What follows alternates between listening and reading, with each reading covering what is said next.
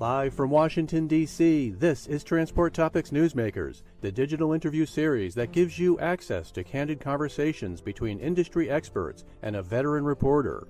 Sponsored by Netrodyne. Hello, and thank you for tuning in to the latest edition of Newsmakers from Transport Topics. I'm Seth Clevenger, TT's Managing Editor of Features and Multimedia, and I'll be your host for the next half hour. In this program, we are very pleased to present another in-depth conversation with a leading figure in the trucking, logistics, and freight transportation industry. Today, we're going to discuss the adoption of advanced driver assistance systems for commercial trucks with Jeff Loftus, Chief of the Advanced Technology Division at FMCSA's Office of Research and Registration. This edition of TT Newsmakers is sponsored by Netrodyne, a provider of AI-enabled video safety technology for fleet operators. Before we get to our conversation with Jeff, I'd like to share the following message from Netrodyne. Are you coaching your drivers weekly? If not, your fleet may be at risk. Why? When cases are litigated, attorneys are starting to go after the fleet's safety culture rather than the event itself. That's where Netrodyne comes in. Netrodyne helps your fleet build a powerful safety culture in three key ways. First, live in-cab audio alerts for risky driving to address issues in real time. Second, a weekly virtual coaching session where drivers review where they improved over the prior week, along with their areas for improvement for the next week using video examples. Think homework, not a trip to the principal's office. Finally, the industry's leading safety AI recommends the drivers who most require hands-on help so your team can focus their efforts for maximum impact. Go to Netrodyne.com to upgrade your fleet's safety culture. For years, trucking companies have had the option to equip their vehicles with advanced driver assistance systems that issue alerts to help drivers operate safely and can also automatically intervene to help avoid or mitigate crashes. But ultimately, these technologies can only make a difference if motor carriers choose to deploy them. And that's the goal of the Federal Motor Carrier Safety Administration's Texcelerate Now initiative, which aims to accelerate adoption of ADAS technologies to prevent crashes and save lives. FMCSA recently awarded a contract for a second phase of this program to continue its ADAS technology analysis and education efforts. Multiple industry organizations are participating in Texcelerate Now, including American Trucking Associations, ATA's Technology and Maintenance Council, the American Transportation Research Institute, and the OIDA Foundation.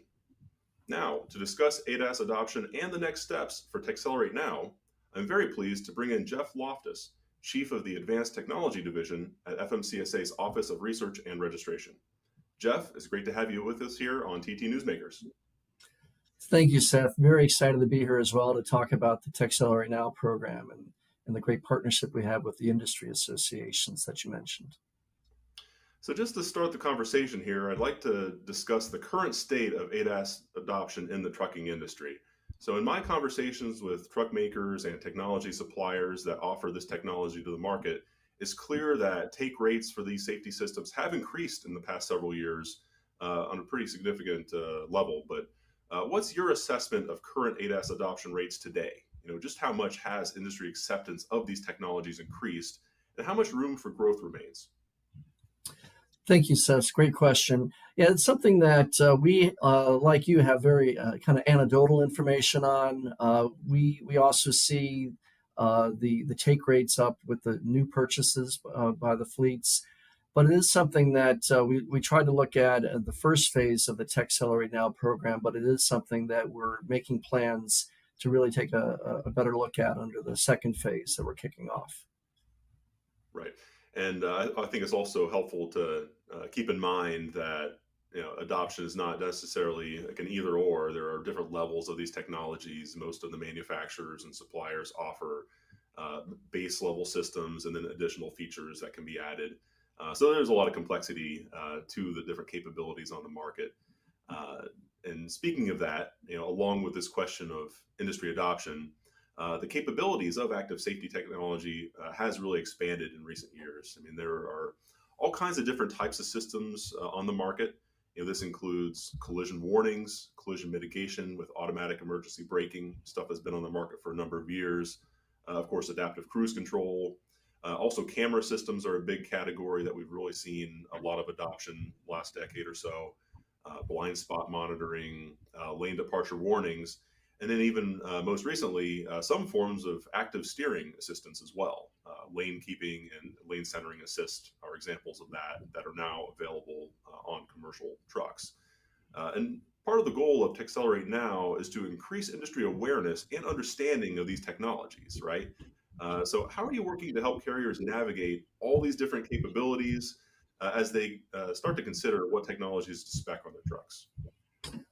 Well, as you noted earlier, we're working with the leading trucking industry associations and driver groups to create this peer-to-peer communication between truckers experienced with driver assisting systems and those that are less familiar with them. This approach was successful in phase one of the Texcelerate Now program with our partners, ATA, TMC, and the OIDA Foundation. We got the band back together again for phase two. We're very excited about that. And we're really looking to these groups to really facilitate this dialogue among their members, as well as broadening to that. In phase two, we look to expand the scope and breadth of this discussion by reaching even more trucking fleets through the adding the technology supplier community, as well as our FMCSA field operations staff is going to be involved in the program. Yeah, and I think that it's also very important to consider how impactful these technologies can actually be in terms of improving road safety. So do you have information or data that helps to illustrate the real world safety benefits of these driver assist technologies? In fact, we do. We have a little bit that's coming out as we recently shared at our Safety Research Forum last month. We conducted a study that looked at the real-world safety effectiveness of advanced driver assisting systems over a 3-year period. We had 50,000 trucks with ADAS systems on them, with over 100 fleets participating. And over that 3-year period, they traveled 5.7 billion miles. We measured about 10,000 crashes and 60,000 near crashes. And the data source for all this information was anonymized data from the dash cam systems and driver monitoring and vehicle monitoring systems, all anonymized as well. And we looked at what was fascinating was that the model years of the trucks spanned from 2005 to 2021. So we got a great look at early generation technologies as well as latter ones. And within this data set, which I have to note is not nationally representative, but it is a big data set.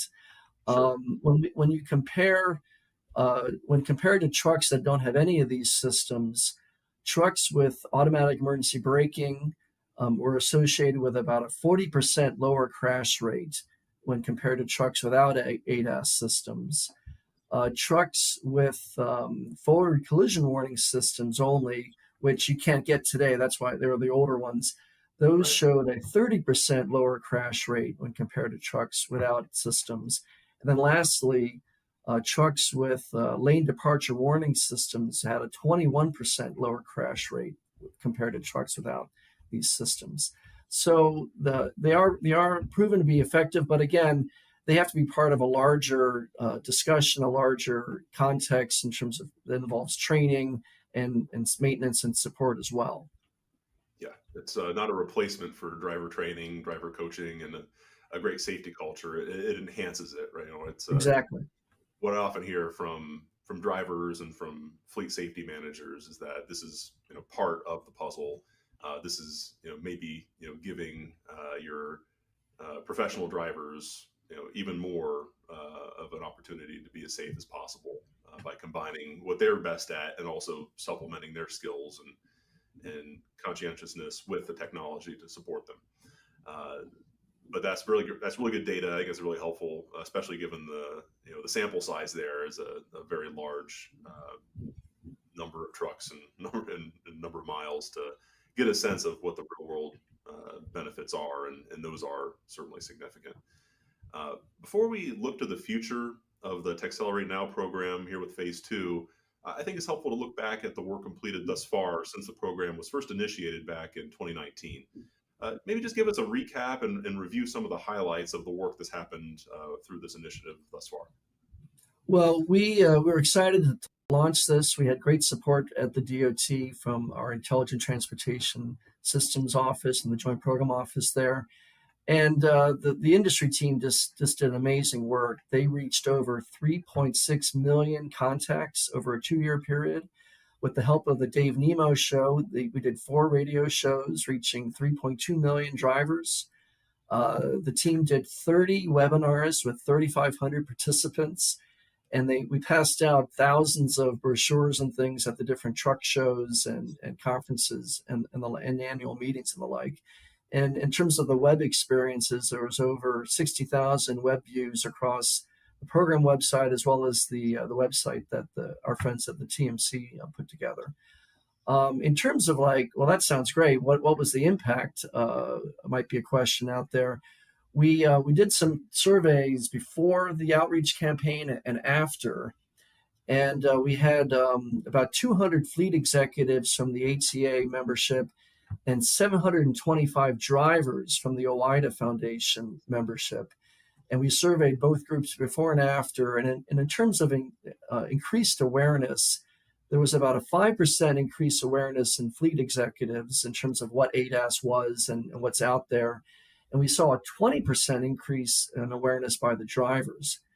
And these are just like 1 or 2 nuggets of the results that we have. Our results are published, and folks can go to our website and check it out. One last tidbit to share with the folks is that we did see some modest improvements in terms of purchasing decisions based on the outreach campaign. We saw 4% of the drivers responding said that, yeah, I heard about Texcelerate and it had a positive influence for me to buy some ADAS systems. And a 13% similarly for carrier executives were positively influenced to purchase ADAS because of the outreach effort. So we're excited about that, and really gave us the momentum to get approval to do phase 2. Yeah, and I think that the importance of outreach and education about these technologies really can't be overstated, because this is such a fragmented industry. So much of the work is done by small and medium-sized companies that don't always have a ton of extra capital to spend on technology. Maybe aren't fully aware of the changes in technology over the years. This has really progressed a lot over the last decade plus.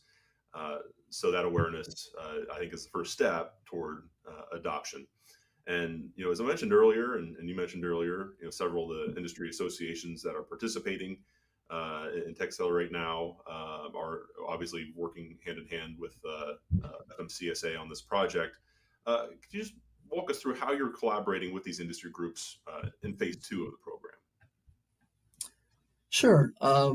I think that we really see the industry groups as partners in this effort.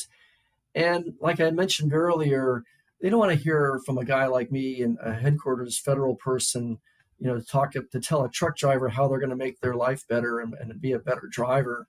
I've driven trucks, but I don't have the years of as a truck driver. So we really wanted to establish that credible peer-to-peer trusted line of communication between the associations and their membership, because I think that this communication really removes the hype that surrounds some of this technology, and I think the membership has this confidence that their associations are really delivering information to them straight and give them the cold hard facts about what the benefits are and what they're not. And not every technology is the best for every operation either. And so I think that's really been the secret sauce, if you will, of the Texcelerate Now program, is getting that credible line of communication between the industry folks with experience with those that are less familiar with it. Yeah, and I've certainly found that in my work at Transport Topics, trucking company executives, leaders, and drivers as well love to hear from their peers. They love to learn from their peers.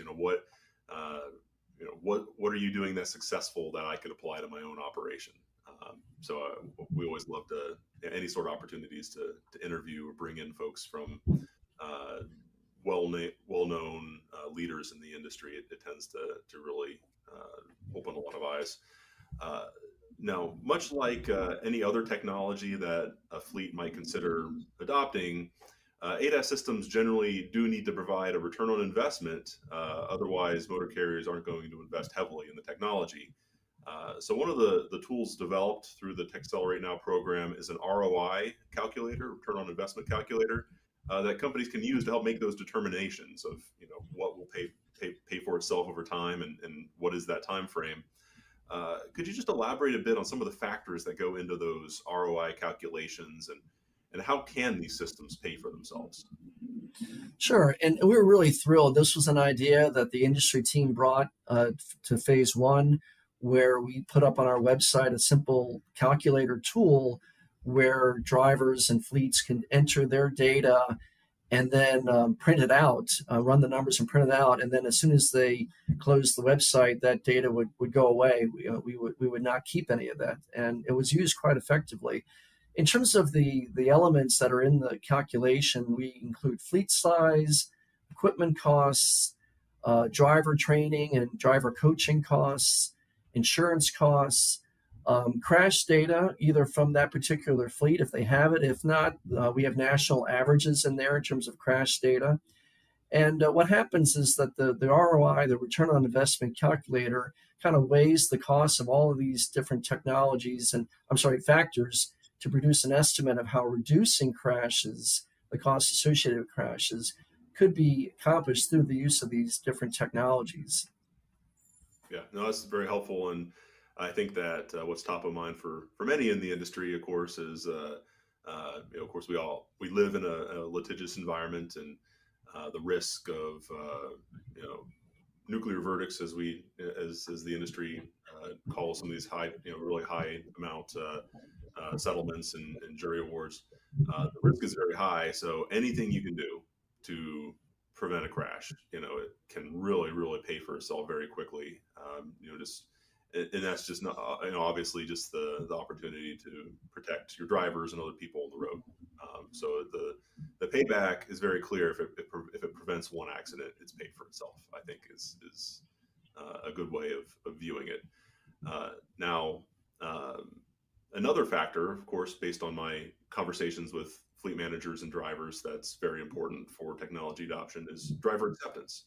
And part of what the key consideration for some of these ADAS and active safety technologies is reducing the false positives and unnecessary driver alerts. I think some of the earlier systems had been known for, but from your vantage point, Jeff, how much have these driver assist systems improved on that front over the years? How much more accurate are they, and maybe and truly supporting the drivers and not just beeping all the time? Well, that's something that we looked at, but didn't get a lot of good data in phase one. But I think anecdotally, I think that the suppliers are listening to the fleets and to the drivers and are making enhancements. And I think that the systems are just getting better each year. And you don't see a lot of the false positives on some of the systems today that you've had in the past. And that was a key message that we tried to convey in phase one, which was give the technology another try. You had a very, perhaps even a very scary experience with a system activating unexpectedly, and to make the case that the newer systems are better and have addressed those earlier concerns. And I think that'll continue to be a message that we'll be doing in phase two. Sure. And of the various ADAS capabilities that we outlined earlier, the newest on the market are some of these automated steering features, lane keeping assist, lane centering assist, pretty new, but are available. Where are those automated steering technologies on the adoption curve today, as you understand it? And do you see adoption rates accelerating in the future for some of those steering assistance features? Those technologies are so new and the footprint is so limited that we really hope to focus on that in the phase two work. And what I mean by that is by really engaging the drivers, the folks at the fleets purchasing this technology, and the suppliers as well, to get as much information on these emerging technologies as we can. And what's also exciting about phase two is that it's going to be a 4-year effort as opposed to a 2-year effort. and we're going to be doing more frequent surveys to really get a better handle on market penetration and adoption trends. Yeah, no, we'll be watching that closely. It's like you said, of these different ADAS capabilities, it's kind of the newcomer in the market, and right now it's still very much in the early adoption phase, and we'll see how quickly it starts to permeate the industry over time. Uh, Another question I wanted to raise with you is that, of course, trucking is, as I mentioned, a very diverse industry. Many different types of business applications, and the work is done by companies of all sizes. From what you've seen, are there certain industry segments or maybe types of companies that are most likely to implement ADAS technology? And so the second part of that question is, where do you see the most room for improvement in terms of adoption rates? Well, it's no secret that the larger carriers are more likely to adopt the technologies because they have more resources to commit to the proven systems. I mean, I think with the majority of the fleets out there being very small in terms of 10 trucks or less, I think most of the room for improvement in adoption rates would be on the smaller fleets. And I think they really look, like you mentioned, they really look what the leading fleets are doing, and talk to those experienced managers at the different industry association meetings and the like to really get that information. And the Tech Accelerate Now program really seeks to engage these smaller carriers, through our field staff and other means, to really provide that information and increase their confidence levels in terms of purchasing these technologies by using tools like we mentioned, the return on investment calculator. Yeah, and even though we've seen ADAS adoption rates rising in the new truck market, at least anecdotally, and I do hear this across the board from the truck makers and suppliers that take rates have increased on the new truck market. Trucking is, as I mentioned, very fragmented. Lots of small carriers that typically purchase and operate used trucks. So that takes a little bit longer to really get into that part of the commercial vehicle market. From your vantage point, Jeff, what will it take for ADAS technologies to really penetrate that very large segment of the industry, into the used truck market? Well, I think there's two things that are key. One is the increased awareness of aftermarket systems that can be installed in these vehicles is huge.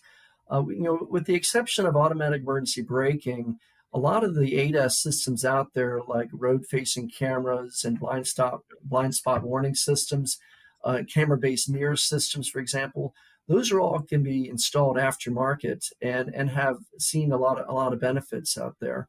And the second area is really the traditional trickle-down effect, where larger carriers that are purchasing the technologies with these systems, and then they, over their regular business cycle, 3 to 5 years, they resell their vehicles to the smaller ones as part of their activities. So I think it'll be a two-pronged approach in that regard. Yeah, and as we see the take rates on the new trucks continue to rise, that means more trucks equipped with safety technology, making their way over a number of years into the used truck market, for sure. And then also awareness, of course, on a lot of these technologies. They absolutely can be installed, retrofitted, and installed on used trucks, for sure. Certainly, camera systems is the first that comes to mind there. Now, in addition to all this work and all this development in the world of ADAS, a number of tech companies and startups are actively developing and testing on public roads today autonomous driving systems for commercial trucks. So these are generally aimed at level 4 automation, where certain trucks could operate on routes without a driver, at least on certain areas where they're intended, perhaps in a hub-to-hub route on a certain stretch of highway where it's designed to operate. So how is FMCSA tracking the development work on autonomous trucking, and also interacting with those technology developers as they continue to test and, at least in some cases, prepare for unmanned operation in the not so distant future? Sure, great question. Well, FMCSA has been actively engaged with the automated driving system developers, as well as the interested motor carriers on a regular basis, really to learn as much as we can. We've been doing this for the last 5 to 7 years as this technology emerged. We've hosted these technology groups as well as large fleets at our offices in Washington, D.C., but we've also gone out to their offices in the field to experience and do ride-alongs of this, experiencing this technology firsthand. We've also held several public listening sessions, and we actually read all of the comments that people send us when we put out notices. We put out a few notices requesting comments on questions that we have about self-driving truck systems as it relates to the regulation that we're working on right now, actually. And so we really do read the comments, so please send them in. Yeah, well, that dialogue is very important, and I do think it's helpful for our viewers and for the industry at large to think of autonomous driving and driver assist as basically two separate pathways, happening in parallel. Autonomous trucks are under development. The developers are making a lot of progress. That's going to apply at first to a very limited segment of the industry. It's going to start with very small volumes. And you can almost think of it as a new mode of transportation. I think is helpful. That works in parallel with trucks that will continue to be driven by human drivers. ADAS can potentially apply to just about every truck on the road today. Different systems for different operations, different companies, but if you're operating on public roads with a commercial vehicle, there's an opportunity for at least some sort of driver assist technology in the vehicle today that supports the driver. And then, of course, autonomous trucking is something that could emerge and be part of this overall transportation network. So it's best, I think, to view them as pretty separate. But that's my take on it. Anything else you would add on sort of giving some folks some orientation as they think about both? Yeah, no, I think you're spot on. I mean, like our research has shown, the driver assisting systems, ADAS, advanced driver assisting systems. We love our acronyms. A lot of job security and acronyms, I guess. But with ADAS systems, they exist today. They have proven safety benefits, and they're available for purchase. And we have tools and we have the whole program to really try to get the word out about what's the right technology for your particular operation. So we're very excited about that, and that's why we're doing that. And we're also, we're excited about the potential safety benefits of advanced driving systems. Like you had said, that it's an emerging technology, an emerging mode of technology that is still some years away in that regard in terms of their testing and rollout plans. But I think it is spot on to see them as separate tracks. One doesn't build to the other. It's really focused on providing real-term benefits today, the ADAS systems for drivers, as a way to enhance their current activities. Yeah. And I see we're starting to come up on time here, but before I let you go, Jeff, I'd just like to open it up to you to share any final thoughts you may like to give us on the future of ADAS technologies in the trucking industry. Well, again, I just want to say thanks again for the opportunity to share what we're doing with the Tech Accelerate Now program and our exciting partnership with both the ATA, TMC, ATRI, and the OIDA Foundation. But also wanted to share with the audience that the FMCSA really appreciates the focus on safety that drivers and fleet safety managers already exhibit every day. And with this Tech Accelerate Now program, we're just trying to get the word out about these proven safety technologies that could complement their existing safe practices and make them even safer. The whole purpose of this Tech Accelerate Now program is to encourage drivers and carriers to consider how can these new technologies make them even safer. And that's really, at the end of the day, we want everyone to get home safely after a hard day's work. Well, I think that's a great place to leave it right there. Thanks again, Jeff, for joining the program and sharing your insights. We really appreciate your time, and we'll be excited to see what comes out of phase 2 of Accelerate Now. In closing, I'd like to once again thank our guest, Jeff Loftus, Chief of the Advanced Technology Division at FMCSA's Office of Research and Registration. We really appreciate his participation in this edition of TT Newsmakers. We'd also like to thank the folks at Netrodyne for their sponsorship of this program. This webcast will be available for viewing on demand at ttnews.com, where you can also watch all of our past interviews with other leading figures in the transportation industry. Until next time, I'm Seth Clevenger. Thank you again for watching. Thank you for joining us today. For more information on future episodes, visit ttnews.com. This has been Transport Topics Newsmakers.